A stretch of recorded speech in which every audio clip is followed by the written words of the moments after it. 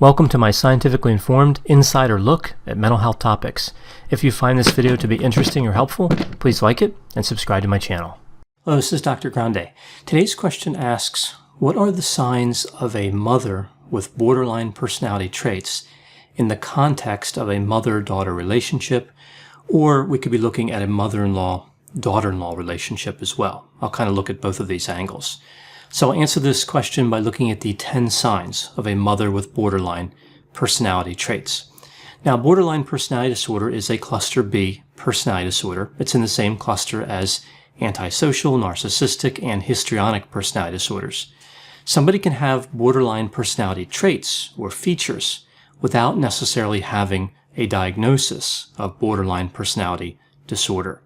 For the purposes of this video, the daughter in these examples will live independently. I'm not talking about a daughter who lives with the mother, but rather a daughter is on her own. Perhaps she's married, perhaps she has children of her own, but either way, she doesn't live in the same residence as the mother. I'll be referring to the mother-daughter relationship unless I specifically indicate mother-in-law, daughter-in-law relationship. Now moving to the 10 signs, I'll be using the term mother or mother-in-law when I'm referring to the mother with borderline personality traits. It's just easier to say. So starting here with sign number 1.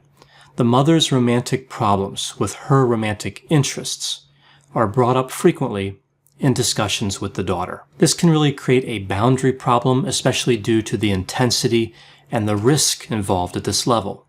The failure of a primary romantic relationship can make the mother feel as though she will cease to exist. So there's a lot on the line when talking about these discussions. Now, this could also cause a role reversal situation for the mother-daughter relationship and a challenging dynamic for the mother-in-law, daughter-in-law relationship as well.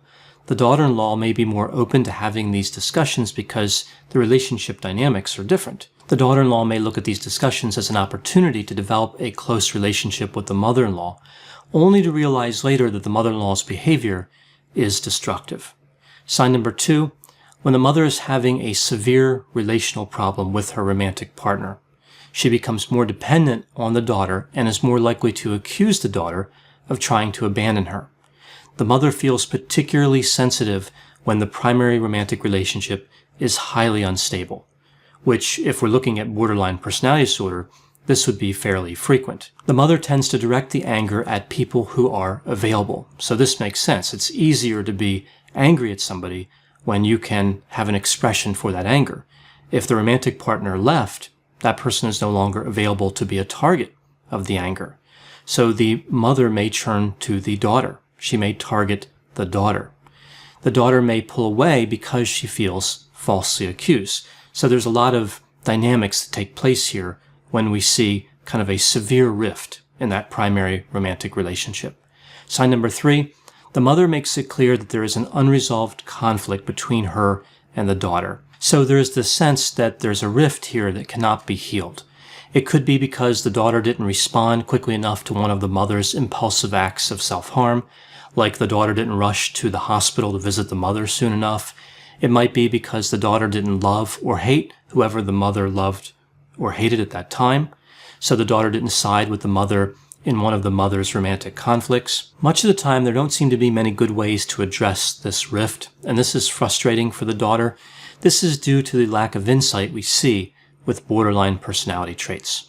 Moving to sign number 4. The relationship instability between the daughter and the mother, the repeated breakups and reunions, which are not restricted to just romantic relationships, cause the daughter to repeatedly reevaluate the pros and cons of this relationship, and this can lead to a lot of guilt. So the daughter is contemplating cutting off the mother completely, while the mother is predicting that the daughter will do just that the daughter will abandon her. So the mother's prediction is essentially a self-fulfilling prophecy. The decision to cut off the mother may be easier for the daughter-in-law because she doesn't have a long history with the mother and doesn't feel the same sense of obligation toward the mother. At the same time, though, the daughter-in-law may feel more pressure because of the husband, the mother's son, because he doesn't want his mother to be cut off. So there are a lot of complex dynamics at work here when we're talking about abandonment and how it's caused and how people respond to threats of abandonment. Sign number 5, if the daughter treats the mother in a cold, distant, or uncaring way, the mother may respond with rage or rejection. Sometimes this rage turns into a fear of abandonment. Anger and fear can really seem woven together when we talk about borderline traits. Sometimes this rejection is never undone. Like I talked about before, the unresolved conflict, the rift, it can become permanent. The rift can grow so wide or the rejection becomes so intense that it creates a permanent boundary between the mother and the daughter. Sign number 6, if the mother breaks up with her romantic partner, it can start what seems to be a golden age in terms of the relationship between a mother and a daughter. They may spend a lot of time together, they may feel closer than ever, but as soon as a new romantic interest is in the picture, or the old romantic interest returns, which is fairly common, the daughter is quickly pushed to the side. Sign number 7, the daughter rarely considers herself as having a well-regulated relationship with the mother. This is due to the affective instability we see with borderline traits, but it's also due to something called splitting.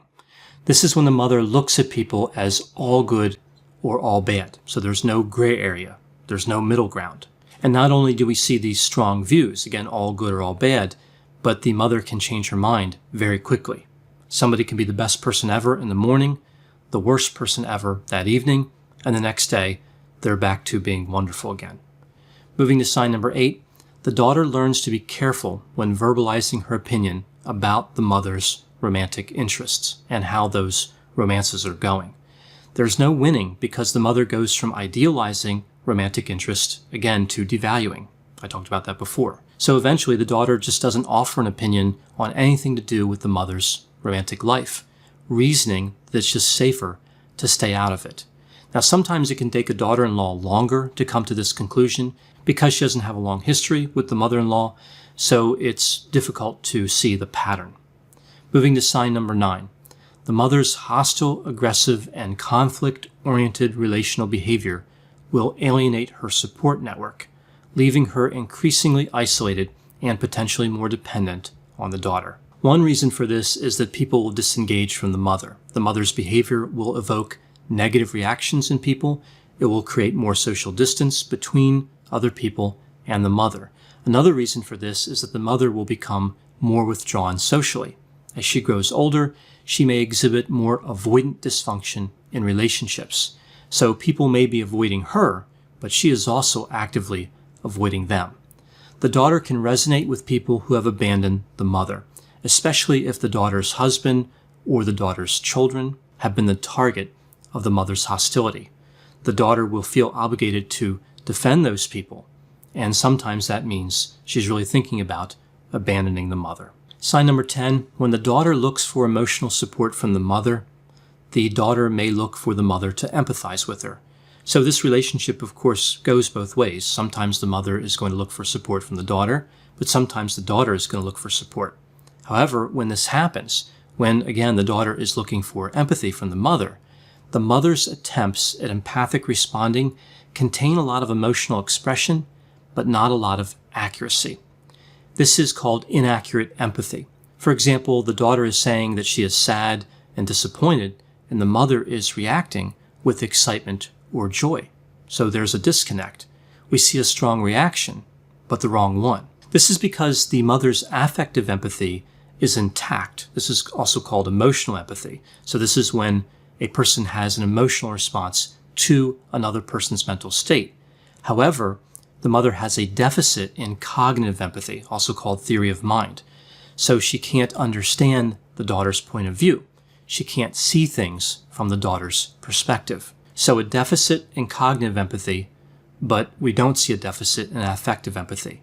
But of course, like I said, the end result is still the mother missing in terms of accuracy with the empathic responses. So those are the 10 signs of a mother with borderline personality traits. Whether a person has borderline personality disorder or borderline traits, counseling is a good idea, specifically in terms of the mother-daughter relationship. A counselor can help the mother to create healthier boundaries and can also help mediate conflict. I know whenever I talk about borderline personality traits and relationships, there will be a variety of opinions. Please put any opinions and thoughts in the comment section. They always generate a really interesting dialogue. As always, I hope you found this description of the mother with borderline traits to be interesting. Thanks for watching.